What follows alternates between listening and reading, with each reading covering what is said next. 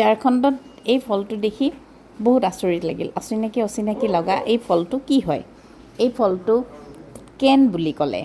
তাৰে লগত আৰু আন কিবা কিবি বিক্ৰী কৰি আছিল, কিন্তু এই ফলটো কি হয় খাই চালোঁ।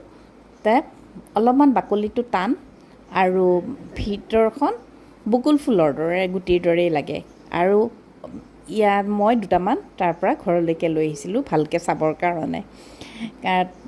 এয়া হৈছে বাকলিটো, এয়া টানকৈ এনেকৈ ওলাই যায় আৰু ভিতৰৰ মঙহখিনি বালিয়া।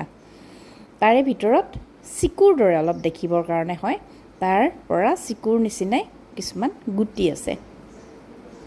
ফলটো চিনি পাইছেনে?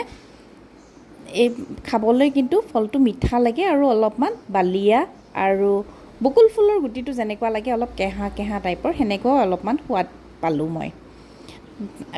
মানে গাৰ কাৰণে ভাল বুলি কয় তাতে, কিন্তু ফলটোহে চিনি নাপালোঁ। এতিয়া গম পাইছোঁ যে এই ফলটো হৈছে তেন্দু ফল। তাতে কেন বুলি কয়। এইটো পৰা পাতৰ পৰা বিৰি বনায়।